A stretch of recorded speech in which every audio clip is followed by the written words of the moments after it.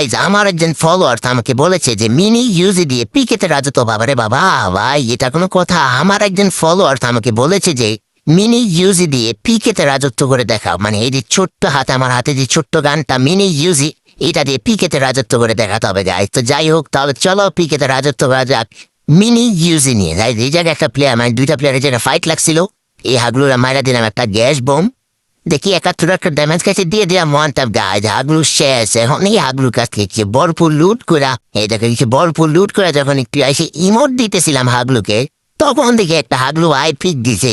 তো এই হাগলুটা দেখলাম কর আল্লাহ আল্লাহর মায়। আমি তো ভাবছি আর কোনো প্লেয়ার নাই আমার রাজ্য পিকেতে। হঠাৎ করে দেখি ভাই, এই দেখো আমি তো অনেকক্ষণ ধরে ইমোট দিতেছি, কোনো প্লেয়ারের দেখা পাইতেছিলাম না।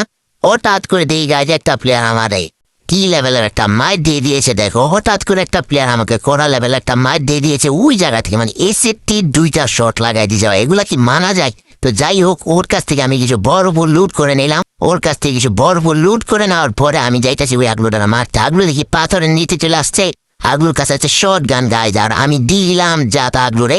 বাইরে বাই আগলুরে দিলাম যাতা গাই। অবশেষে পিকেতে রাজত্ব করে ফেলাম গাইজ। কেমন দিলাম? আগলুর কাছে ছিল শর্ট গান, আর আমার কাছে আছে মিনি ইউজি গাইজ। এই মিনি ইউজি নিয়ে হাগলুর সামনাসামনি গাইজ। তো অবশ্যই রাজত্ব করে ফেলেছি গাইজ। ভিডিও ভালো লাগলে অবশ্যই লাইক কমেন্ট শেয়ার করবেন। আল্লাহ হাফেজ।